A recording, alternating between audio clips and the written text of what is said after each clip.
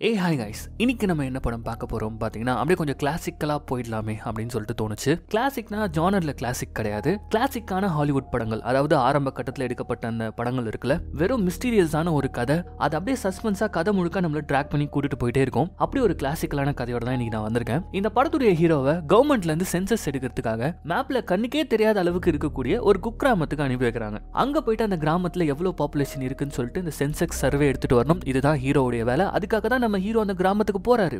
ஆனா அந்த கிராமத்துக்கு போய் செக் பண்ணும்போது தான் ஒரு அதிர்ச்சியான தகவலை இந்த ஹீரோ கண்டுபிடிக்கிறாரு. பல வருட காலமா கிட்டத்தட்ட 100 வருஷங்களுக்கு மேலேயும் இந்த கிராமத்துடைய பாப்புலேஷன் வந்து பாத்தீங்கன்னா 436 தான். அது ஏறவும் இல்ல இறங்கவும் இல்ல.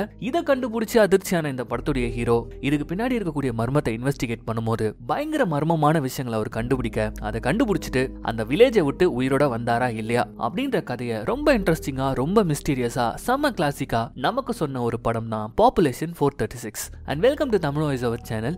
நான் உங்கள் யாரோ யாரோ. இது வரைக்கும் இந்த சேனலை சப்ஸ்கிரைப் பண்ணாதவங்க சப்ஸ்கிரைப் பண்ணிக்கோங்க, மறக்காம பெல் ஐகானை பிரஸ் பண்ணிக்கோங்க, ஃபாலோ பண்ணாதவங்க ஃபாலோ பண்ணிக்கோங்க. இப்போ இந்த கதைக்குள்ள போயிடலாம். இந்த படத்துடைய ஆரம்பமே ஒரு குக்கிராமத்துல பரபரப்பான காட்சிகளோட தான் ஆரம்பிக்குது.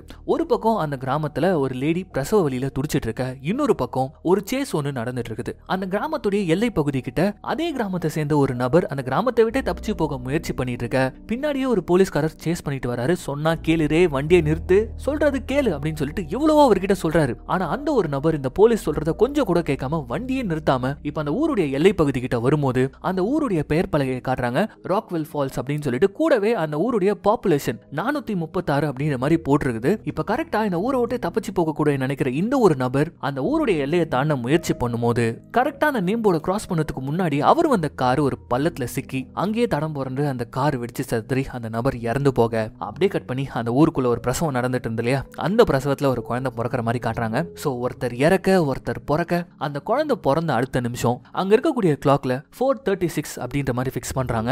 என்ன டைமா இருந்தாலும் நீ பிறந்தது 436 தாண்டா அப்படின்ற மாதிரி செட் பண்றாங்க. இது அவங்களுடைய வழக்கம் போல இருக்கு. இப்படி அவங்க செட் பண்ண அப்படியே ஜூம் அவுட் பண்றாங்க, பாப்புலேஷன் 436 அப்படின்னு சொல்லிட்டு. இந்த படமானது ஆரம்பிக்க கட் பண்ணா அடுத்த சீன்லயே இப்ப இறந்து போனார் இல்லையா, அந்த நபருக்கு இந்த கிராமத்தை சேர்ந்த மக்கள்லாம் இறுதி அஞ்சலி செலுத்திட்டு இருக்காங்க. அப்போ அந்த இறந்து போன ரே அப்படின்ற ஒரே ஒரு பொண்ணான அமாண்டா அவருடைய சவப்பெட்டியில கதறி கதறி அழுத்துட்டு இருக்கா. குறிப்பா அந்த டவுன்ல இருக்கக்கூடிய எல்லாருமே பார்த்து எங்க அப்பா ஒன்னும் தானா சாகல, நீங்க எல்லாரும் சேர்ந்துதான் அவரை சாகடிச்சிட்டீங்க அப்படின்ற மாதிரி சொல்லிட்டு ஒரு மாதிரி கோவத்துல அழுதுட்டு இருக்கா. அப்ப அந்த கிராம மக்கள் எல்லாம் ஒண்ணு சேர்ந்து இவளுக்கும் அவங்க அப்பா மாதிரியே உடம்பு சரியில்லாம போயிடுச்சு, நம்ம டாக்டர் கிட்ட கொண்டு போங்க, அவரால் மட்டும் தான் இவளை சரி பண்ண முடியும் அப்படின்ற மாதிரி சொல்ல, அந்த இடத்துல அந்த பொண்ணு பிடிச்சி தரன்னு இழுத்துட்டு போறாங்க. அப்படி இழுத்துட்டு போகும்போது எனக்கு ஒண்ணும் கிடையாது, உங்களுக்கு தாண்டா உடம்பு சரியில்லை அப்படின்னு சொல்லிட்டு அந்த பொண்ணு பயங்கரமா கத்திக்கிட்டு அந்த இடத்த விட்டு அவளை இழுத்துட்டு போகும்போது அப்ப அந்த பொண்ணு இந்த கூட்டத்துக்கு நடுவில் இருக்கக்கூடிய ஒரு யங் லேடியை பாக்குறா. இவங்க வேற யாருமே இல்ல, இந்த படத்துடைய ஹீரோயினான கர்ட்னி. அவங்களும் அமாண்டாவை ஒரு மாதிரி பாவமா பாக்குறாங்க. சோ இப்படி ரொம்பவும் மர்மமான இந்த டவுனுடைய ஒரு சின்ன இன்ட்ரோவோட இந்த படம் ஆரம்பிக்க அப்படியே கட் பண்ணி ஒரு சில நாட்கள் கழித்து காட்டுறாங்க. ஸ்டீவன் சொல்லிட்டு ஒரு நபர் ஹைவேல டிரைவ் பண்ணிட்டு வந்துட்டு இருக்காரு. இவர் வேற யாருமே இல்ல, இவர் தான் இந்த படத்துடைய ஹீரோ. ஆக்சுவலி இவர் எங்க டிராவல் பண்ணி போயிட்டு இருக்காருன்னு பாத்தீங்கன்னா இவர் கையில ஒரு மேப் இருக்கு. அந்த மேப்ல என்ன மார்க் பண்ணப்பட்டிருக்குன்னு பாத்தீங்கன்னா ராக்வெல் ஃபால்ஸ் அப்படின்னு சொல்லிட்டு மார்க் பண்ணப்பட்டிருக்கு. எஸ், நம்ம பார்த்த அதே மர்மமான அந்த டவுனுக்கு தான் இப்ப இவர் போயிட்டு இருக்காரு. அப்படி போயிட்டே இருக்கும்போது பாவம் இவருக்கு வழி தெரியல போல இருக்கு. அதனால போற வழியில ஒரு பெட்ரோல் பங்க் மாதிரி இருக்கு, அங்க நிறுத்தி இந்த மாதிரி இந்த ராக்வெல் ஃபால்ஸ்க்கு போயிட்டு இருக்கேன், இங்க எப்படி ரைட் எடுக்கணுமா லெஃப்ட் எடுக்கணுமா அப்படின்ற மாதிரி ஒரு கேள்வி கேட்க அந்த இடத்துல ஒரு வந்து நிற்கும் போது ஜாலியா பேசுறதுக்காக அங்க இருக்கக்கூடிய ஸ்டாஃப்ஸ் எல்லாம் வராங்க. ஆனா நம்ம ஹீரோ அந்த ராக்வெல் ஃபால்ஸ் அப்படின்னு அந்த வார்த்தையை சொன்ன அடுத்த செகண்ட் அப்படியே மூஞ்ச திருப்பிக்கிட்டு எதுவுமே பேசாம அந்த இடத்த விட்டே போயிட. இப்பதான் நம்ம தப்பா கேட்டோம், எதுக்கு இவங்க மூஞ்ச திருப்பின்னு போறாங்க அப்படின்னு சொல்லிட்டு சரி ஓகே நம்மளே கண்டுபிடிப்போம்னு சொல்லி அந்த மேப் எல்லாம் யூஸ் பண்ணி ஒரு வழியா அந்த ராக்வெல் ஃபால்ஸை கண்டுபிடிச்சு அந்த ஊர் எல்லைக்குள்ள இவருடைய வண்டி இப்போ நுழையுது. அப்படி நுழையும் போது சைட்ல ஒரு பொண்ணு குதிரை ஓட்டிட்டு வருது. நம்ம ஆள் இப்ப பாக்குறாரு, வேற யாருமே இல்ல, நம்ம ஹீரோயின் தான். அவங்க குதிரை ஓட்டிக்கிட்டே வரும்போது குதிரையில இருந்து வழிக்கு பொத்துன்னு விழ, அதை பார்த்துக்கிட்டே நம்ம ஆள் போயிட்டு ஒரு பள்ளத்திலே வண்டியை விட்டுறாரு. அவ்வளவுதான், செம்ம டேமேஜ் வண்டி, 2 வீலும் பஞ்சர் ஆயிடுச்சு. சரி அங்க அந்த பொண்ணு கீழே விழுந்துச்சு, அதை போய் பார்ப்போம்னு சொல்லிட்டு அங்க வந்தா எதுவுமே ஆகாம அசால்ட்டா நம்ம ஹீரோயின் ஏஞ்சிட்டீங்களா ஒன்னாங்கலையா, சரி ஓகே நான் ஊருக்கு புதுசு, 2 வீலும் பஞ்சர் ஆயிடுச்சு, இங்க பக்கத்துல ஏதாவது பஞ்சர் கடை இருக்கா அப்படின்னு கேட்க, பஞ்சர் கடையா, அப்படியே நீங்க வந்தீங்களே அந்த வழி அதுலயே ஒரு 50 மைலுக்கு பின்னாடி போனீங்கன்னா அங்க ஒரு பஞ்சர் கடை இருக்கும், அங்க போய் பஞ்சர் போட்டுக்கோங்க அப்படின்ற மாதிரி சொல்லிட்டு நம்ம ஹீரோயின் கிளம்பிட, என்னது 50 மைலா அப்படின்னு சொல்லிட்டு நம்மால் வாய போலக்க அந்த நேரம் பார்த்து அந்த ஊர் எல்லையில அந்த ஊரை சேர்ந்த போலீஸ் வண்டி தூரத்துல வந்து நிக்க ஒரு நிமிஷம் நம்ம ஹீரோவை தூரத்திலே அந்த வண்டி நின்று நோட்டமிடுது.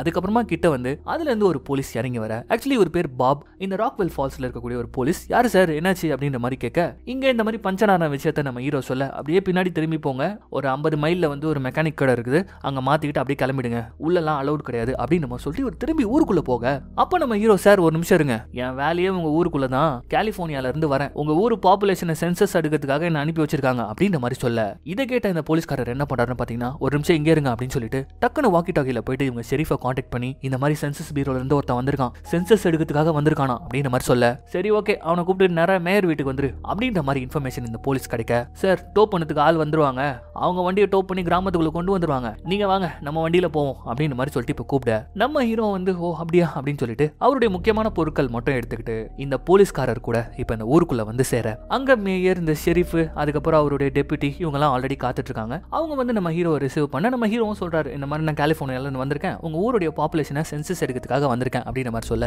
அதுக்கு மேயர் வந்து பாத்தீங்கன்னா, ஓ அப்படியா, ஒன்னும் பிரச்சனை இல்ல, நாங்க எல்லா ரெக்கார்ட்ஸும் மெயின்டைன் பண்ணிட்டு தான் இருக்கோம், அதனால நீங்க வந்த வேலை ரொம்ப சுலபமாவே முடிஞ்சிடும், ஆனா இங்க தங்கறதுக்கு ஹோட்டல்லாம் எதுவும் இல்ல சார், அதனால எங்க ஊர்லயே பெல்மா அப்படின்னு சொல்லிட்டு ஒருத்தங்க இருக்காங்க, அவங்க வீட்டுல உங்களை தங்கறதுக்கான அரேஞ்ச்மெண்ட்லாம் நான் பண்ண சொல்றேன் சரியா அப்படின்ற மாதிரி இவங்க பேசிட்டே இருக்கும்போது, அப்ப திடீர்னு ஒரு பையன் சைக்கிள்ல வேகமா ஓடி வந்து, உடம்பு சரியில்லாம இருந்த வாண்டா முடிச்சுக்கிட்டாங்க, ஆனா அவங்க மூஞ்செல்லாம் அப்படின்ற மாதிரி சொல்றான். இவன் கட் பண்ண அடுத்த சீனே இவங்க எல்லாருமே வந்து அந்த வாண்டா அப்படின்றவங்களுடைய வீட்டுக்கு வந்து பாக்குறாங்க. அப்படி வந்து பார்க்கும்போது அந்த ஊருக்கே ஒரே ஒரு டாக்டர் தான் அந்த வாண்டான்ற லேடியை காட்டுறாங்க. அவங்க முகம் எல்லாம் ஒரு மாதிரி பொங்கி போயிருக்கு. அதை செக் பண்ணி பார்த்த டாக்டர் இப்ப அப்படியே மேயரை திரும்பி பார்த்து, எனக்கு என்னவோ இப்படி நடக்கிறது கோயின்சிடென்ட் மாதிரி தெரியுது அப்படின்ற மாதிரி சொல்ல, அதாவது நம்ம ஹீரோ ஊருக்குள்ள வந்த விஷயத்தை ஒரு மீன் பண்றாரு. இதை கேட்ட மேயரும் இப்ப அப்படியே தலையாட்டிட்டு இப்ப வெளியில வராரு. ஒண்ணு இல்லப்பா, ஒரு சாதாரண ஃபீவர் தான், சோ தாராளமா எங்க ஊர்ல நீ தங்கிக்கலாம், உன் வேலையை பாத்துக்கலாம், ஆனா எங்க ஊருக்குன்னு ஒரு ட்ரெடிஷன் இருக்கு, அதை மட்டும் டிஸ்டர்ப் பண்ணாத, உன் வேலையை பாத்துக்கோ அப்படின்ற மாதிரி இந்த மேயர் நம்ம ஹீரோ பார்த்து சம்பந்தமே இல்லாம சொல்ல, நம்ம ஹீரோவும் சிரிச்சுக்கிட்டே சரி சார் சரி சார் அப்படின்ற மாதிரி சொல்லிட்டு இந்த பாபின்ற போலீஸ் ஆபீசர் கூட கிளம்பி நேரா வந்து பாத்தீங்கன்னா நம்ம ஹீரோ தங்குறதா இருக்கக்கூடிய அந்த பெல்மா வீட்டுக்கு வந்து சேர்றாங்க. அப்ப அந்த பெல்மா வீட்டு வாசல்ல அவங்க வீட்டுக்குள்ள போறதுக்கு முன்னாடி இந்த போலீஸ்காரர் பாபி இருக்கார் இல்லையா,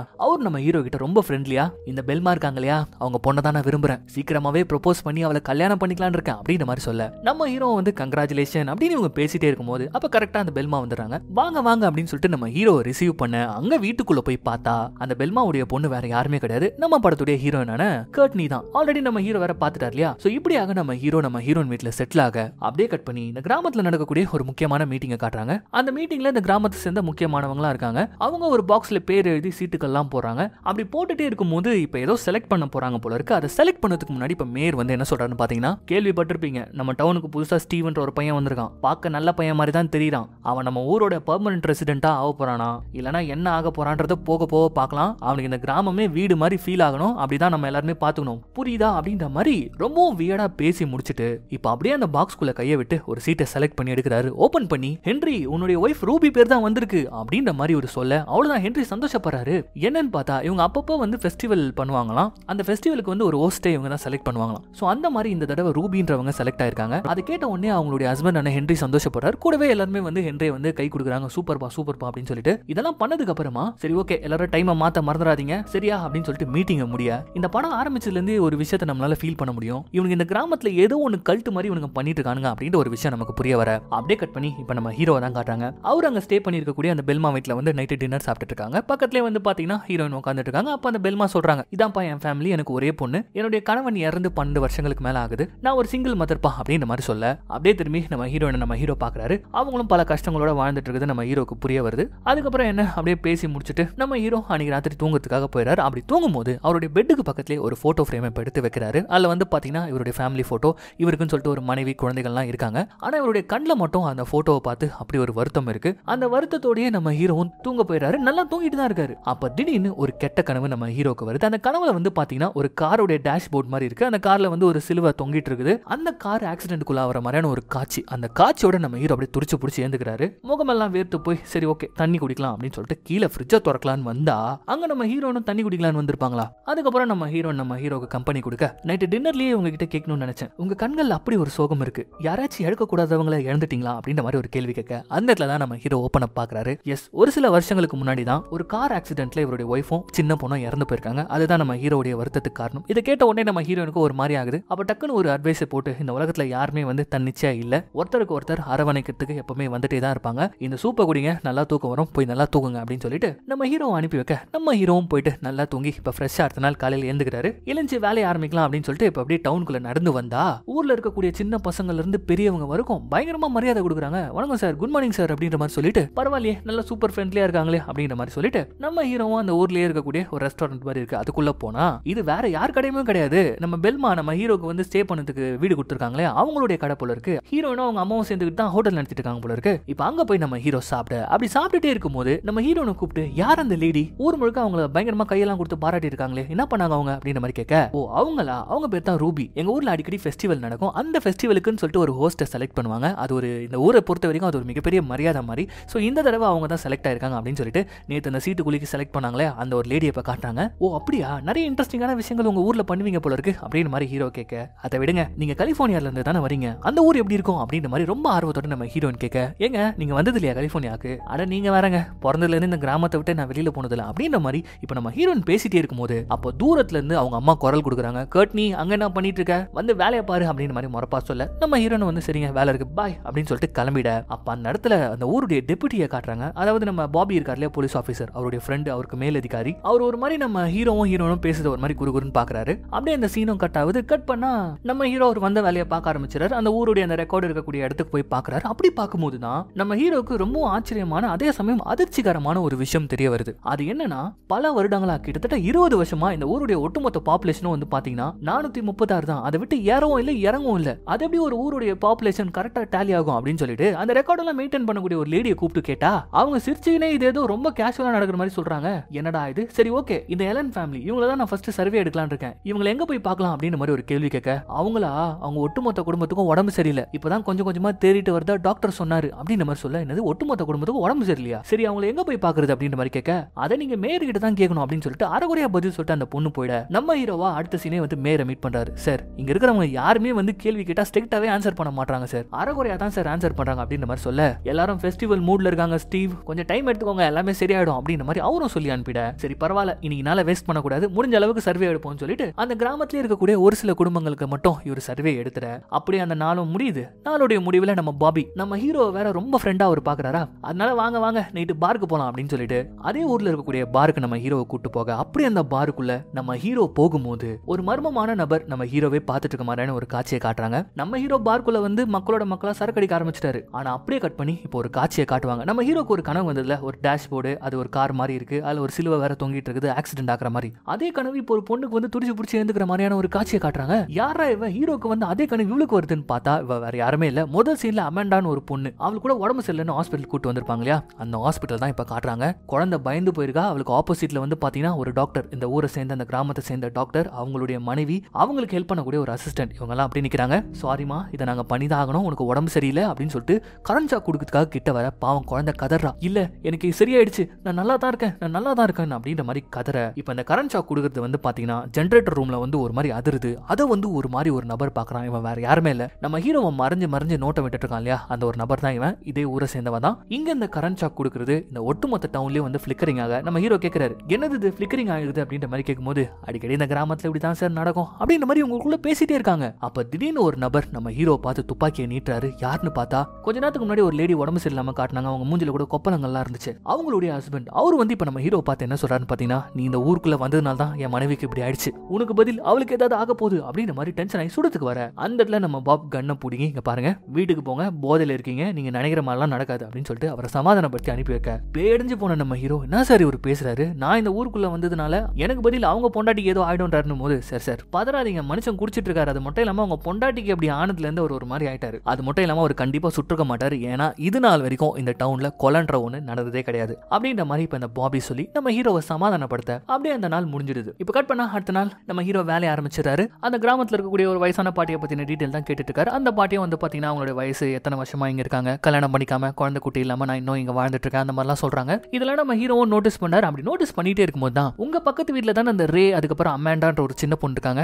அவங்கள பத்தி கொஞ்சம் சொல்ல முடியுமா அப்படின்ற மாதிரி கேட்க, பாவம் பாரு கொஞ்ச நாளைக்கு முன்னாடி தான் செத்து போனா, அவங்க பொண்ணுக்கும் வந்து பாத்தீங்கன்னா உடம்பு சரியில்லை, இப்ப கூட டாக்டர் அவருடைய வீட்டுல வச்சுதான் அவளை ட்ரீட்மெண்ட் கொடுத்துட்டு இருக்காரு அப்படின்ற மாதிரி சொல்ல, ஓ அப்படியா, அப்படின்னா டாக்டர் வீட்டுக்கு போனா தான் அமேண்டாவை பார்க்க முடியும் அப்படின்னு சொல்லிட்டு இப்ப அப்படியே நம்ம ஹீரோ காட்டு வழி பாதையில நடந்து போயிட்டு இருக்காரு. அப்படி நடந்து போயிட்டே இருக்கும்போது யாரோ ஒருத்தங்க இவரை ஃபாலோ பண்ற மாதிரி இவருக்கு ஃபீல் வருது. ஆனா திரும்பி பார்த்தா யாருமே இல்ல. சரி ஓகே, ஒருவேளை நம்ம மன பிராந்தியா கூட இருக்கலாம் அப்படின்னு சொல்லிட்டு இப்ப நேரா எங்க போறாருன்னு பாத்தீங்கன்னா, இதே ஊர்ல ஒரு மெக்கானிக் ஷெட் ஒன்னு இருக்கும், அதுல இடத்துல தான் இவருடைய காரை கொடுத்து வச்சிருக்காரு. அங்க போய் எட்டி பார்த்தா கடையை சாத்திட்டு ஆள் எங்கேயோ கிளம்பிட்டு இருக்கான். உள்ள எட்டி பார்த்தா கார் வீலுகள் எல்லாம் பிச்சு கனாபினான்னு கிடக்குது. என்னடா இப்படி பண்ணி வச்சிருக்கீங்க அப்படின்னு சொல்லிட்டு இப்ப நேரா அமாண்டாவை பார்க்கலாம்னு சொல்லிட்டு தான் டாக்டர் வீட்டை நோக்கி நம்ம ஹீரோ நடந்து போயிட்டு இருக்காரு. பட் போற வழியில நிறைய சின்ன பசங்க எல்லாம் சேர்ந்துக்கிட்டு கோரஸா ஏதோ ஒண்ணு ஒப்பிச்சிட்டு இருக்க மாதிரி ஒரு சவுண்ட் கேட்க, ஓ இதுதான் இந்த கிராமத்துடைய ஸ்கூல் போல இருக்கு அப்படின்னு சொல்லிட்டு நம்ம ஹீரோ இப்ப என்ன பண்றாருன்னு பாத்தீங்கன்னா நேரா அந்த ஸ்கூல் கிட்ட போயிட்டு யாருக்குமே தெரியாம எட்டி பாக்குறாரு. சரி ஏதோ வாய்ப்பாடோ ரைம்ஸோ சொல்லிட்டு இருக்காங்க போல இருக்கு, என்ன சொல்றாங்கன்னு கேட்போம் அப்படின்னு சொல்லிட்டு நல்லா கூர்ந்து கவனிக்கும் போதுதான் இவர் ஒரு விஷயத்த நோட்டீஸ் பண்றாரு. அவங்க வந்து ஒரு வாய்ப்பாடையோ இல்லனா வந்து பாத்தீங்கன்னா ஒரு போயமோ ரைம்ஸோ சொல்லிட்டு இல்ல, அதுக்கு பதிலா இந்த வில்லேஜை சேர்ந்த ஒரு ஸ்லோகன் மாதிரி இருக்கு, அதே திருப்பி திருப்பி சொல்லிட்டு இருக்காங்க. ஆக்சுவலி இந்த ஸ்லோகனை வந்து பாத்தீங்கன்னா இந்த ஊர்ல இருக்கக்கூடிய பெரியவங்க அடிக்கடி சொல்லுவாங்க.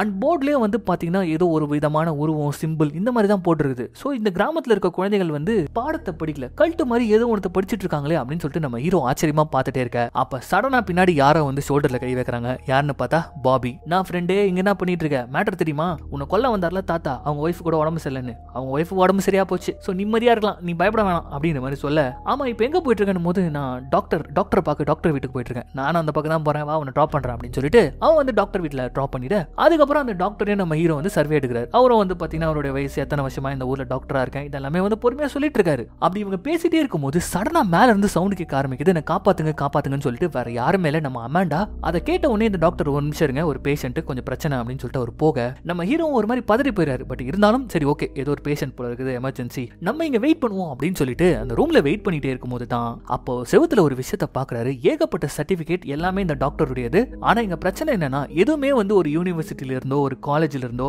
ஒரு ஹாஸ்பிட்டல்ல இருந்தோ கொடுக்கப்பட்ட சர்டிபிகேட் கிடையாது. இந்த குழந்தைங்களுக்கு எல்லாம் பேப்பர்ல வெரி குட்னு எழுதி கொடுப்பாங்க தெரியுமா, அந்த மாதிரி த குட் டாக்டர் அப்படின்னு சொல்லிட்டு இந்த ஊர்ல இருக்கிறவங்க தான் சர்டிபிகேட் கொடுத்திருக்காங்க. இத பார்த்த உடனே நம்ம ஹீரோக்கு சந்தேகம் வந்துருது. இவன் உண்மையிலேயே படிச்சுதான் டாக்டர் ஆனானா இல்லனா இந்த ஊர்ல இருக்கிறவங்களே இவங்களை டாக்டர் ஆக்கி விட்டானுங்களா அப்படின்ற சந்தேகம் நம்ம ஹீரோக்கு வர, அப்ப வந்து பாத்தீங்கன்னா அந்த பொண்ணு இன்னும் பயங்கரமா கத்துறா, காப்பாத்துங்கன்னு சொல்லிட்டு. இப்படி வர ஒரு சர்டிபிகேட்டை பார்த்துட்டாரா நம்ம ஹீரோ. அதனால இப்ப இன்னும் கொஞ்சம் பயப்பட்டு அந்த குழந்தைக்கு ஏதோ ஒன்று ஆகுது போல இருக்குது அப்படின்னு சொல்லிட்டு படிக்கட்டுல ஏறி போனா, அப்ப கரெக்டா இந்த டாக்டர் ஒய்ஃப் கூடவே அந்த அடியாள் மாதிரி இருக்கக்கூடிய அந்த அசிஸ்டன்ட் வந்து நின்னுகிட்டு, இதுக்கு மேல நீங்க போக கூடாது சார், ஆக்சுவலி அந்த குழந்தைக்கு ஒரு ப்ராப்ளம், நீங்க வந்திருக்கீங்கன்னு அவளுக்கு தெரிஞ்சிருக்கு, அதனால தான் அவ வாழ்த்தனம் பண்றா, உங்க வேலை முடிஞ்சிச்சுன்னா நீங்க கிளம்புங்க அப்படின்ற மாதிரி சொல்ல நம்ம ஹீரோ வெளியில வந்துறாரு. பட் அப்படி வெளியே வரும்போது அப்படியே மேல அண்ணாந்து பாக்குறாரு. மேல் ரூம்ல இருந்து அமாண்டா ஒரு மாதிரி சோகமா நம்ம ஹீரோவே பார்த்துட்டு இருக்கா. அப்படி பார்த்துட்டே இருக்கும்போது அவளை பிடிச்சி தத்தன்னு இழுத்துட்டு போயிடறாங்க. இப்போ இந்த காட்சியை பார்த்த உடனே நேரா நம்ம ஹீரோ என்ன பண்றான்னு பாத்தீங்கன்னா ஷெரீஃபை மீட் பண்ணதுக்காக வந்துடுறாரு. வந்து நடந்த எல்லாத்தையுமே சொல்றாரு. அவர்கிட்ட இருக்கிறதெல்லாம் பார்த்தா டூப்ளிகேட் சர்டிபிகேட் மாதிரி இருக்குது, அவர் போலி டாக்டர் நினைக்கிறேன், அந்த பொண்ணை பாவம் ஏதோ ஒன்று பண்ணிட்டு இருக்காரு, அந்த மாதிரி தான் கம்ப்ளைண்ட் பண்ண. அதை கேட்ட ஷெரீஃப் சிரிச்சிடறாரு. என்னப்பா நீ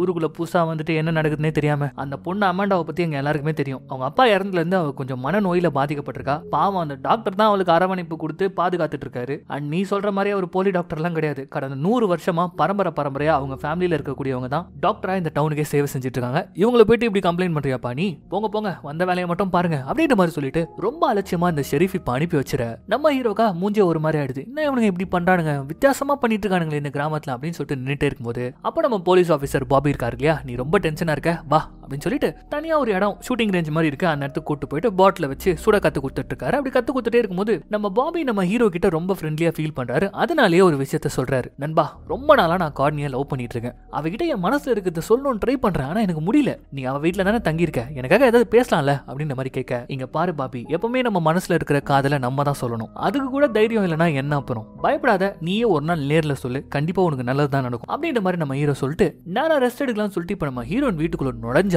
ஒருத்தன் பேய் மாதிரி நின்னுட்டு இருப்பானா, யாருன்னு பார்த்தா வேற யாருமே இல்ல. முதல் சீன்ல இருந்து நம்ம ஹீரோ மறைஞ்சு ஒருத்தன் ஃபாலோ பண்ணி பார்த்துட்டு இருக்கான், அவன் தான். நம்ம ஹீரோவை பார்த்தோம் அவன் குடுகுடுன்னு ஓடிட, அதை வந்து நம்ம ஹீரோனுடைய அம்மா பாத்துறாங்க. யாருப்பா அது, ஓ கேர்லியா, அவன் பேர் தான்ப்பா கேர்லி, பாவம் அவனுக்குமே வந்து பாத்தீங்கன்னா இந்த ஊர்ல எல்லாருக்குமே வர மாதிரியான ஒரு வித்தியாசமான ஒரு மனநோய் வந்துடுச்சு, நம்ம டாக்டர் சரி பண்ணிட்டாரு, பட் இருந்தாலும் சரியானதுல இருந்து இப்படிதான் சுத்திட்டு இருக்கான் அப்படின்ற மாதிரி அவங்க சொல்ல, எப்பா சாமி இங்க நடக்கிறதெல்லாம் பார்த்தா நமக்கு தலையை சுத்துது, வந்த வேலையை முடிச்சுட்டு நம்ம முதல்ல கிளம்பிடணும்ப்பா அப்படின்னு சொல்லிட்டு நம்மால என்ன பண்றான்னு பாத்தீங்கன்னா படுக்க போயிறாரு. தூங்கிட்டு இருக்காரு. வழக்கமா வரக்கூடிய அதே ஒரு கனவு வருது, அந்த கார் டேஷ்போர்டு கார் ஆக்சிடென்ட் ஆகிற மாதிரி இருக்கு. மறுபடியும் நம்மால் துடிச்சு பிடிச்சி எழுந்துக்கிறாரு. பார்த்தா அடுத்த நாள் காலையில விடுது. அந்த ஊருடைய ஒட்டுமொத்த ரெக்கார்ட் இருக்கக்கூடிய அந்த ஒரு அறையில வந்து இவருடைய வேலையை பார்க்க ஆரம்பிச்சாரு. அப்படி பார்த்துட்டே இருக்கும்போது தான் அங்க மறுபடியும் இவரை ரொம்ப குழப்புற ஒரு விஷயம், பல டெக்கேட்ஸா இந்த ஊருடைய பாப்புலேஷன் எத்தனை வருஷத்துக்கு பின்னாடி போய் பார்த்தாலும் 436 தான் இந்த ஊருடைய பாப்புலேஷனா இருக்கு. அது மட்டும் இல்லாம இந்த ஊர்ல இருக்கிறவங்க வழிபடக்கூடிய சில வழிபாடுகளுக்கான புக்ஸ் எல்லாம் கூட இருக்கு. அதை புரட்டி பார்க்கும்போது இன்னும் பல திடுக்கிடும் தகவல்கள் இவருக்கு தெரிய வருது. ஏதோ ஒரு மாதிரி கல்ட்டு மாதிரி மாதிரி இருக்கு, ஏதோ ஒரு ரிச்சுவல் பண்றாங்க,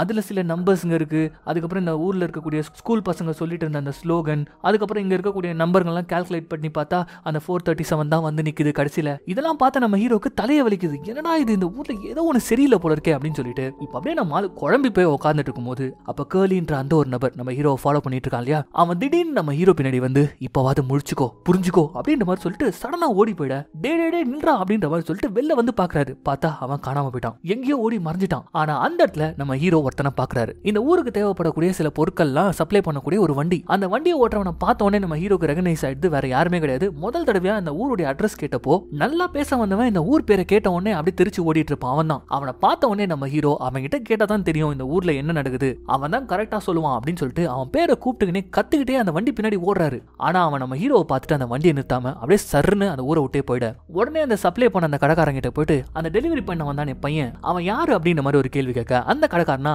சார் அதெல்லாம் எங்களுக்கு தெரியாது, மாசத்துக்கு 2 தடவை வருவான், ஊருக்கு தேவையான பொருட்களை சப்ளை பண்ணுவான், அதுக்கப்புறம் அமைதியா அவன் இந்த ஊரை விட்டு போயிடுவான், அதை தான் இந்த கிராம மக்களும் விரும்புவாங்க, இதுக்கு மேல எனக்கு எதுவும் தெரியாது அப்படின்ற மாதிரி மொட்டை அந்த கடைக்காரன் சொல்லிட்ட.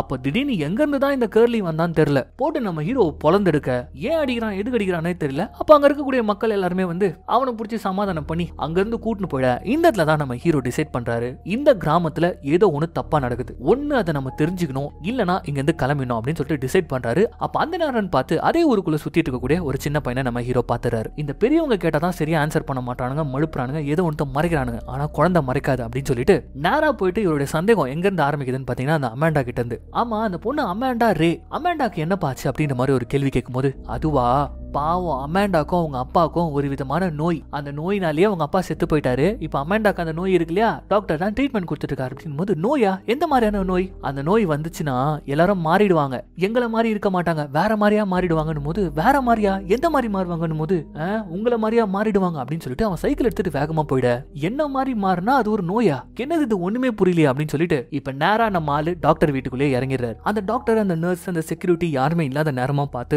நேரா இப்ப அமாண்டாவே மீட் பண்ணி, உனக்கும் உங்க அப்பாக்கும் என்னதான் ஆச்சு, என்ன நோய், இங்க இந்த டாக்டர் வந்து ட்ரீட்மெண்ட் பேர்ல உனக்கு என்ன பண்ணிட்டு இருக்காரு இந்த மாதிரிலாம் கேட்க, அப்ப அந்த அமாண்டா பொண்ணு ஒரு மாதிரி சோகமா, உங்களை இந்த கிராமமே கூர்ந்து கவனிச்சிட்டு இருக்கு, இன்னும் ஒரு சில நாட்கள் தான், நீங்க எந்த வேலைக்காக இந்த கிராமத்துக்குள்ள வந்தீங்களோ அந்த வேலையை நீங்க மறந்துடுவீங்க, அவங்க மறக்கடிச்சிருவாங்க, அதுக்கப்புறமா உங்களுக்கு புதுசா ஒரு வேலையை கொடுப்பாங்க, இந்த கிராமத்திலேயே உங்களை வச்சுப்பாங்க, இதெல்லாம் பண்ணிட்டு அதுக்கு கடவுள் பேரையும் சொல்லுவாங்க, அந்த கடவுள் பேரை சொல்லிதான் எங்களை இப்படி வச்சிருக்காங்க அப்படின்னு மாதிரி சொல்லும் போது நம்ம ஹீரோக்கு வந்து ஆல்மோஸ்ட் ஏதோ புரியுது, இவங்க ஏதோ ஒண்ணு பண்றானுங்கன்னு சொல்லிட்டு அப்ப அப்படியே அந்த பொண்ணுடைய முடிய விலகிட்டு பாக்குறாரு. பார்த்தா அவருடைய நெத்தியில ஒரு மிகப்பெரிய தழும்பே இருக்கு, கரண்ட் ஷாக்கை கொடுத்து கொடுமை பண்ணி இந்த பொண்ணை இப்படி பண்ணி வச்சிருக்காங்க. இதை பார்த்த உடனே நம்ம ஹீரோவால பொறுக்க முடியல, இவருடைய பொண்ணு வயசு வேற இந்த பொண்ணுக்கு, வாமா முதல்ல இங்க இருந்து கிளம்பலாம் அப்படின்னு சொல்லிட்டு அந்த பொண்ணை கூப்பிட்டுக்கிட்டு அந்த ஹாஸ்பிட்டலை விட்டு வெளியில வராரு. ஆனா அப்படி வெளியில வரும்போது இந்த ஷெரீஃப் டாக்டர் இவங்கெல்லாம் காரை வச்சுக்கிட்டு வந்து சுத்தி வளைச்சிட, இவங்கெல்லாம் வருது. இந்த அமாண்டா பொண்ணு பார்த்த உடனே டக்குன்னு என்ன பண்றான்னு பாத்தீங்கன்னா, என்ன காப்பாத்துங்க இவர் என்ன கூட்டு போக பாக்குறாரு அப்படின்னு சொல்லிட்டு டக்குன்னு போயிட்டு அந்த டாக்டர் ஒய்ஃபை கட்டி பிடிச்சிட. படம் பாக்குற நமக்கு ஷாக்கா இருக்கும், என்னடா இந்த பொண்ணு தான் சோகமா பேசினா எதுக்கு அங்க போய் கட்டி பிடிச்சணும் அப்படின்னு நினைச்சா,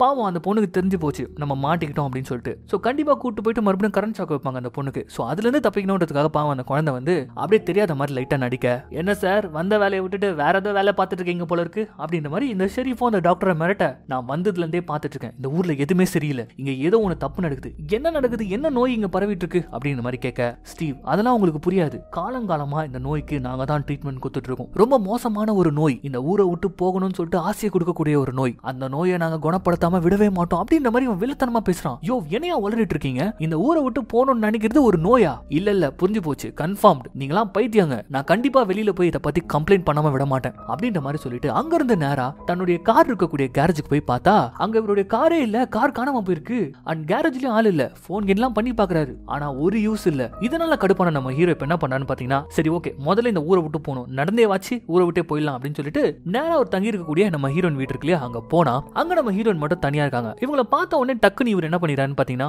அட்லீஸ்ட் நீயாச்சும் சொல்லு இந்த ஊர்ல என்ன நடக்குது அப்படின்னு மாதிரி கேட்க, இந்த தான் இவங்களுமே பிரேக் ஆகுறாங்க. இந்த ஊர்ல இருந்து பல தடவை இவங்க தப்பிக்கணும்னு சொல்லிட்டு ட்ரை பண்ணிட்டாங்க போல இருக்கு, ஆனா ஒரு தடவை கூட இவங்களால தப்பிக்க முடியல. சின்ன வயசுல இருந்து ஒவ்வொரு தடவையும் புடிச்சிட்டு வந்து ட்ரீட்மெண்ட் கொடுக்குறேன்ற பேர்ல நரக வேதனையில சித்திரவதை தான் பண்ணிருக்காங்க. கிட்டத்தட்ட அமாண்டாக்கு என்ன பண்ணிட்டு இருக்காங்களோ அதை தான் இவங்களுக்குமே பண்ணிருக்காங்க. அதனால தான் வேற வழியே இல்லாம இந்த காட்டு மீராண்டிங்க கிட்ட மாட்டிக்கிட்டு இங்க இருக்க வேண்டியதா இருக்கு அப்படின்ற மாதிரியான விஷயங்கள் சொல்ல, இதை கேட்டு நம்ம ஹீரோக்கு கோவம் வருது, பயங்கரமா கொந்தளிக்க ஆரம்பிக்கிறாரு. இவங்களை என்ன என்ன பண்றது அப்படின்னு சொல்லிட்டு கோவலாம் பட ஆரம்பிக்கிறாரு. ஆனா அந்த இடத்துல நம்ம ஹீரோயின் என்ன பண்றாங்கன்னு பாத்தீங்கன்னா காம் டவுன் பண்றாங்க. தயவு செஞ்சு நான் சொல்றது கேளுங்க. நாளைக்கு நடக்க போற ஃபெஸ்டிவல்ல எதுவுமே தெரியாத மாதிரி இந்த ஊர்ல மக்கள் எப்படி இருக்காங்களோ அதே மாதிரி நீங்களும் நடிங்க. அப்பதான் உங்களுக்கு எதுவுமே ஆகாது. நம்ம அப்புறமா இங்க இருந்து தப்பிக்கிறத பத்தி யோசிப்போம் அப்படின்னு சொல்லிட்டு இவங்க காம் டவுன் பண்ண இவங்களுக்குமே நம்ம ஹீரோ மேல ஏதோ ஒரு அபிப்பிராயம் இருக்கு போல இருக்கு. அதனால இந்த இடத்துல அப்படியே முத்தம் கொடுத்து ஆக்ரோஷமா இருந்த ஹீரோவா அப்படியே அமைதியாக்க இவங்க ரெண்டு பேருக்குள்ள வந்து பாத்தீங்கன்னா அப்படி இப்படி நடக்க ஆரம்பிக்குது. அதே சமயம் கட் பண்ணா நம்ம ஹீரோனை ஒன் சைடா லவ் பண்ணிட்டு இருக்காங்களே பாபி, அவங்க கிட்ட இந்த டெபுட்டி வந்து பாத்தீங்கன்னா இங்க பாரு ஊர் ஃபுல்லா அரசல் பர்சலா பேசிட்டு இருக்காங்க. புதுசா வந்து ஸ்டீவ் அதுக்கப்புறம் உன்னுடைய காதலி ரெண்டு பேரும் பழகுறதே ஒரு மாதிரியா இருக்கு அப்படின்ற மாதிரி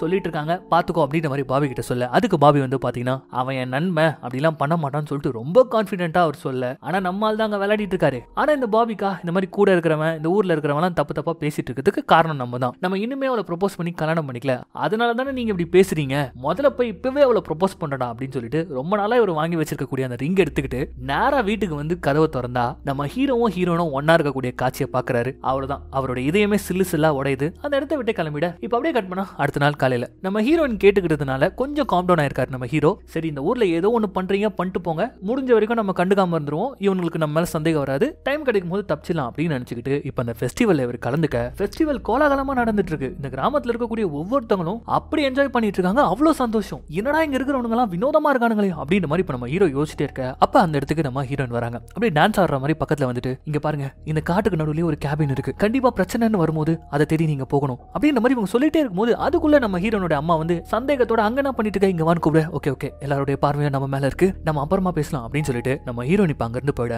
இப்ப எல்லாரும் ஒன்னா கூட்டம் கூட ஆரம்பிக்கிறாங்க. எல்லாருமே அமைதியாயிட்டாங்க. ஏன்னா மேயர் பேச ஆரம்பிக்கிறார். இந்த வருஷத்துல இது நம்மளுடைய 2வது ஃபெஸ்டிவல், அதனால எல்லாருமே ரொம்ப சந்தோஷமா கோலாகலமா கொண்டாடுங்க அப்படின்ற மாதிரி அவர் சொல்ல எல்லாருமே கிளாப் பண்ணி ஓகே சூப்பர் அப்படின்னு சொல்லிட்டு பயங்கரமா எந்துவாயிட்டு இருக்காங்க. இது எல்லாத்தையுமே கூட்டத்துக்கு நடுவில் நின்னுகிட்டு நம்ம ஹீரோ பாத்துட்டு இருக்காரு. அப்போ அந்த கூட்டத்திலே ஒரு வயசான பாட்டி இந்த ரே மட்டும் சாகாம இருந்ததுனா இது ஒரு 3வது ஃபெஸ்டிவலா இருந்திருக்கும்பா அப்படின்ற மாதிரி சொல்ல என்னது சாகிறதுக்கும் ஃபெஸ்டிவலுக்கும் என்ன சம்பந்தம் போது இந்த ஃபெஸ்டிவலே என்ன தெரியுமா, எங்க ஊர்ல வந்து பாப்புலேஷனுக்கும் மரணத்துக்கும் சம்பந்தம் இருக்கு 436, அதை நாங்க மெயின்டைன் பண்ணியே ஆகணும். இப்போ ஏதாவது ஒரு வகையில் எங்களுடைய பாப்புலேஷன் அதிகரிக்குதுன்னு வச்சுக்கோங்களேன், அதை 436 நாங்க மாத்தணும். இப்போ நீங்க வந்திருக்கீங்களா, எங்களுடைய ஊருடைய பாப்புலேஷன் 437 ஆயிடுச்சா, அதை டேலி பண்றதுக்கு எங்கள்ல யாராச்சும் ஒருத்தர் வந்து இந்த திருவிழால ஹோஸ்டா மாறணும். அப்படி ஹோஸ்டா மாறினவங்கள இதை தான் பண்ணுவாங்க அப்படின்னு சொல்லிட்டு கையை காட்ட என்னன்னு பார்த்தா மேடையில இவ்வளவு நேரமா ஸ்கிரீனை போட்டு ஒன்னத்தை மூடி வச்சிருப்பாங்க. ஏதாவது நினைவுக்கல் இல்லைன்னா சிலை ஓபன் பண்ண போறாங்க அப்படின்னு ஹீரோ நினைச்சிட்டு இருப்பாரு. ஆனா ஓபன் பண்ணா அந்த சீட்டு போட்டு குளிக்க எடுத்தாங்களே ஒரு லேடி ரூபின்னு சொல்லிட்டு அவங்க ரொம்ப சந்தோஷமா இந்த ஊர் மக்கள் வாழ்த்துட்டு இருந்தாங்களே, அவங்க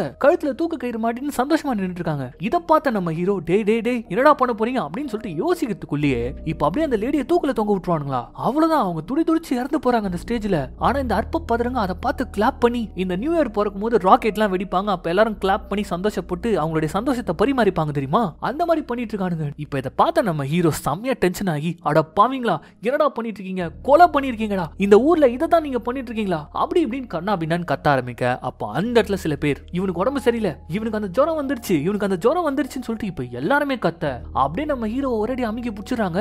பின்னாடி நம்ம ஹீரோன் கத்துறாங்க இல்ல இல்ல அவர் நல்லா தான் இருக்காரு, அவர் நம்மள மாதிரி தான் இருக்கான்னு சொல்லிட்டு எவ்வளவு சொல்றாங்க. ஆனா நம்ம ஹீரோனை புடிச்சு தர்த்தர்னு இழுத்துட்டு போயிட அப்படியே ஒரு இன்ஜெக்ஷனை நம்ம ஹீரோக்கு இறக்குறாங்க. கட் பண்ணா இந்த ஊருடைய மேயர் ஷெரீஃப் அந்த டாக்டர்னு சொல்லிட்டு பெரிய தலைகள் எல்லாருமே வந்து நம்ம ஹீரோ ஒரு பெட்ல கட்டி போட்டு வச்சிருக்காங்க. டேய் டேய் என்னடா நடக்குது இந்த ஊர்ல, எதுக்குடா இதெல்லாம் பண்ணிட்டு இருக்கீங்க அப்படின்ற மாதிரி இப்ப நம்ம ஹீரோ கேட்க அப்ப அந்த ஊருடைய மேயர் இந்த ஊரை பத்தின ஒரு ரகசியத்தை சொல்றான் பாருங்க. இதெல்லாம் இவங்க 1860ஸ்ல இருந்தே பண்ணிட்டு இருக்காங்களாம். 1860ஸ்ல இந்த கிராமத்துடைய பாப்புலேஷன் தான் 436. அப்போ இவங்களுடைய சமூகம் செல்வ செழிப்போட பயங்கரமா இருந்துச்சான். அந்த மாதிரி சமயத்துல தான் இந்த ஊருக்குள்ள ஒருத்தன் வந்தானா. அவன் வந்ததுக்கு அப்புறமாவே இந்த ஊர்ல பசி பட்டினி பஞ்சம்னு சொல்லிட்டு பல இன்னல்களுக்கு இந்த ஊர் ஆளாயிடுச்சான். அப்பதான் இவங்க வணங்குற கடவுள் மூலியமா இவங்க சில ரிச்சுவல்ஸ் பண்ணி அந்த பாப்புலேஷன் 436 இவங்க மெயின்டைன் பண்ணிருக்காங்களாம். அதை மெயின்டைன் பண்ணதுக்கு அப்புறமா தான் மறுபடியுமே இவங்க சமூகம் நல்லபடியா இருக்க ஆரம்பிச்சிருக்குது. சோ அப்பத்துல இருந்து ஆரம்பிச்சு இன்னை வரைக்கும் அதை மெயின்டைன் பண்ணிட்டு இருக்கிறதாகவும், அது மட்டும் இல்லாம இது கடவுளுக்காக கடவுள் சொல்லி பண்ணக்கூடிய ஒரு ரிச்சுவல்னோ, கூடவே நீங்க ஒன்னும் தானா வரல, நீ கடவுளால செலக்ட் பண்ணப்பட்டவன், அவரால இங்க அனுப்பப்பட்டவன், அதனால இந்த ஊரை விட்டு போனோன்ற ஒரு எண்ணமே உனக்கு வரக்கூடாது அப்படின்னு சொல்லிட்டு கொய்யால நம்ம ஹீரோக்கே ஷாக் குத்துருவாங்களா. இப்ப அப்படியே கட் பண்ணா கலிபோர்னியால, அதாவது நம்ம ஹீரோ வேலை செய்யக்கூடிய அந்த ஒரு இடத்த காட்டுறாங்க. அங்க நம்ம ஹீரோ கைப்பட எழுதின மாதிரியான ஒரு லெட்டர் அவருடைய பெஸ்ட் ஃப்ரெண்டுக்கு வருது. நண்பா, இந்த ஊர்ல தான் எனக்கான வாழ்க்கையை இவ்வளவு நாளா காத்துட்டு இருந்திருக்குது, அது இப்ப எனக்கு இங்க கிடைச்சிருச்சு, நான் ரொம்ப சந்தோஷமா இதுக்கப்புறம் இங்க வாழ போறேன், என்ன தேடி யாரோ வராதீங்க, பாஸ் கிட்ட சொல்லிட்டு அவருக்கு தேவைப்படக்கூடிய ரிப்போர்ட்டை வந்து நான் கூடிய சீக்கிரம் அனுப்பி வச்சிருன்னு சொல்லிட்டு தேங்க்ஸ் நண்பா அப்படின்னு சொல்லிட்டு ஒரு லெட்டர். இதை படிச்சோன்னா நம்ம ஹீரோடைய ஃப்ரெண்டுக்கு ஒரு மாதிரி ஆயிடுது, என்ன இவன் இப்படி டிசைட் பண்ணிட்டான் அப்படின்ற மாதிரி சொல்லிட்டு. பட் இருந்தாலும் நம்ம ஹீரோடைய செல்லுக்கு கால் பண்ணி பார்க்கலாம்னு ஒரு தடவை கால் பண்ணி பாக்குறாரு. ஆனா காலே போல. ஏன்னா நம்மளுக்கு தான் ஷாக் கொடுத்து படுக்க வச்சிட்டாங்களே. சோ இப்படி ஒரு மேட்டர் இந்த கிராம மக்களே பண்ணி விட்டுற.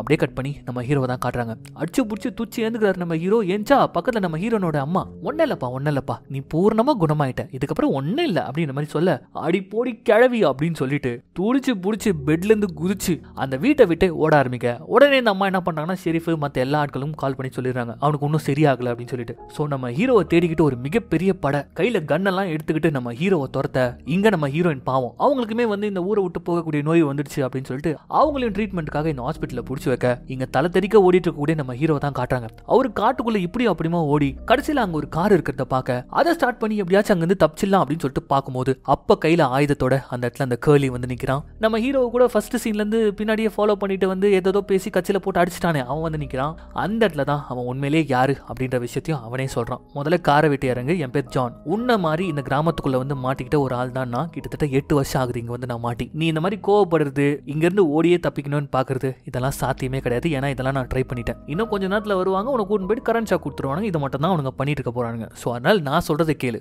நம்ம அவங்கள மாதிரி நடிச்சா மட்டும்தான் நம்மளால இங்க சர்வே ஆக முடியும், இங்க இருந்து தப்பிக்கிறத பத்தியும் யோசிக்க முடியும். அதனால நான் சொல்றத கேளு அப்படின்ற மாதிரி இவன் சொல்லிக்கிட்டே இருக்க, இவன் வீட்டுக்கே நேரா இந்த ஷெரீஃப் மத்த ஆட்கள் எல்லாருமே வந்துடுறாங்க. அப்படி வந்தவங்க கிட்ட ஜான் என்ன பண்றான்னு பாத்தீங்கன்னா, ஸ்டீவை தேடி வந்தீங்களா?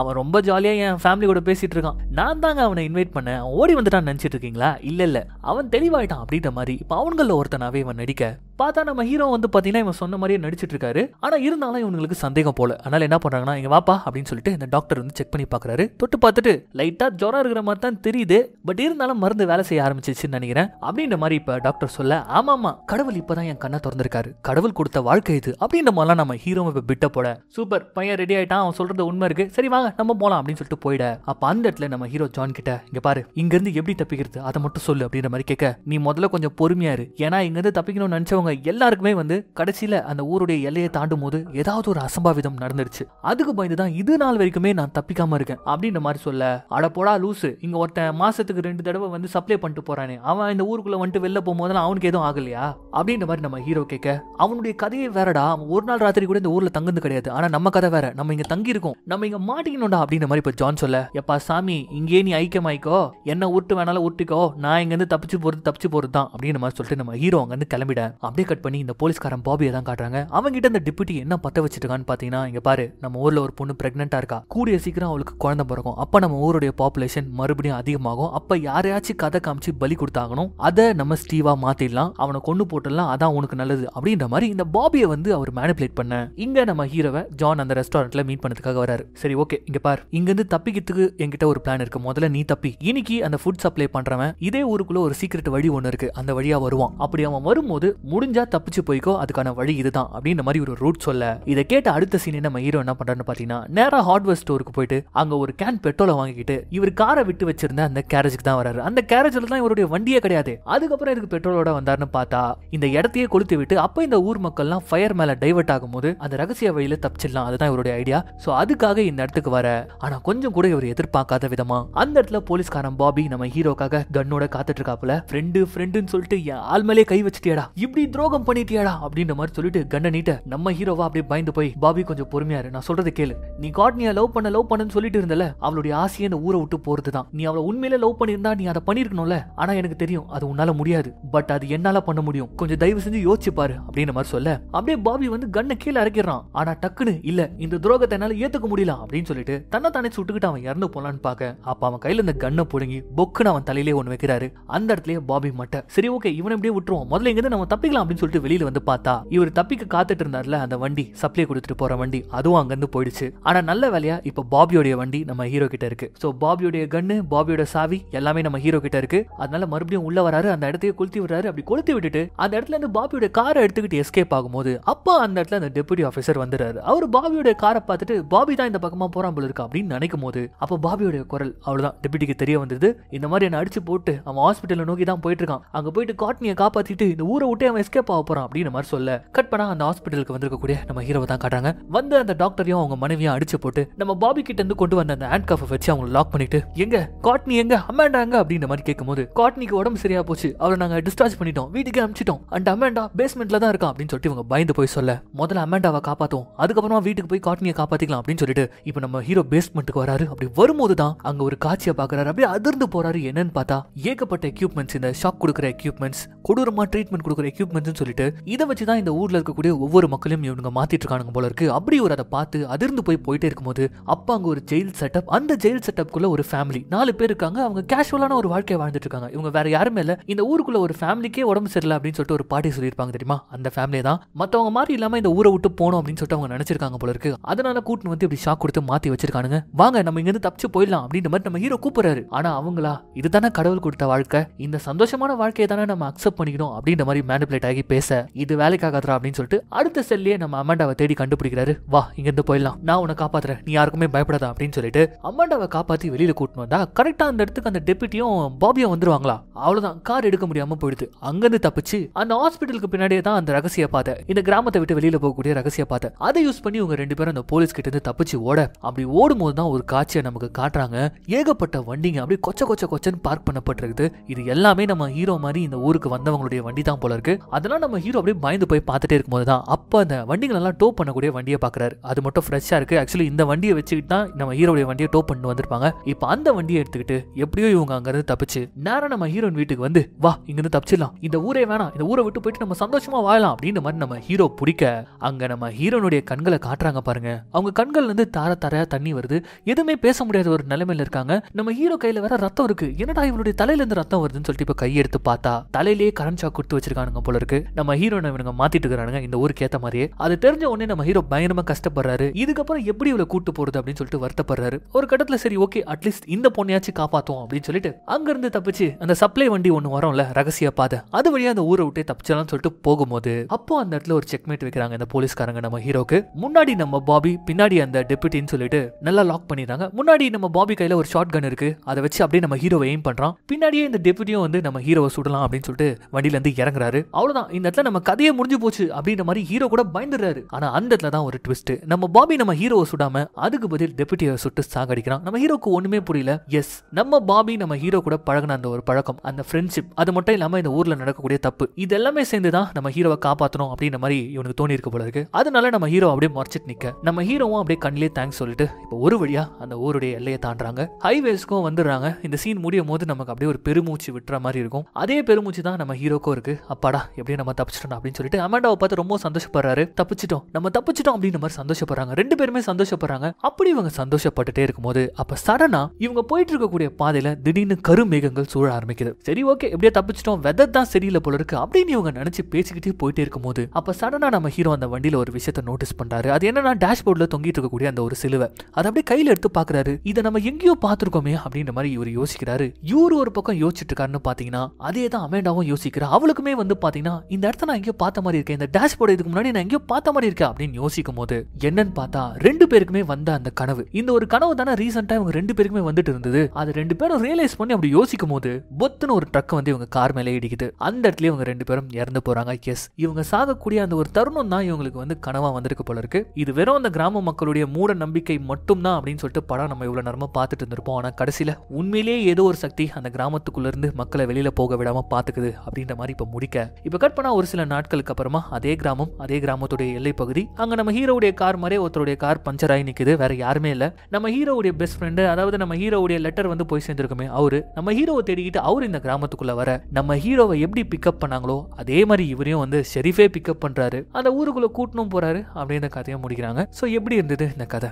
இந்த கதை கம்ப்ளீட்டா ரொம்பவே கிளாசிக்கான, சின்ன வயசுல நம்ம பார்த்த பழைய படங்கள் மாதிரியான ஒரு ஃபீலை கொடுக்கக்கூடிய ஒரு படம் தான் இது. உங்க டைம் இன்ட்ரெஸ்டிங்கா போச்சா இல்லையா, இந்த கதை நல்லா இருந்ததா இல்லையா, அது எல்லாமே கமெண்ட்ல சொல்லுங்க. So once again this is your Tamil Voice Over channel. நான் உங்கள் யாரோ அஸ்வின் யாரோ. இது வரைக்கும் இந்த சேனலை சப்ஸ்கிரைப் பண்ணாதவங்க சப்ஸ்கிரைப் பண்ணிக்கோங்க. மறக்காம பெல் ஐகானை பிரஸ் பண்ணிக்கோங்க. ஃபாலோ பண்ணாதவங்க ஃபாலோ பண்ணிக்கோங்க. மீண்டும் நாளைக்கே சந்திக்கலாம்.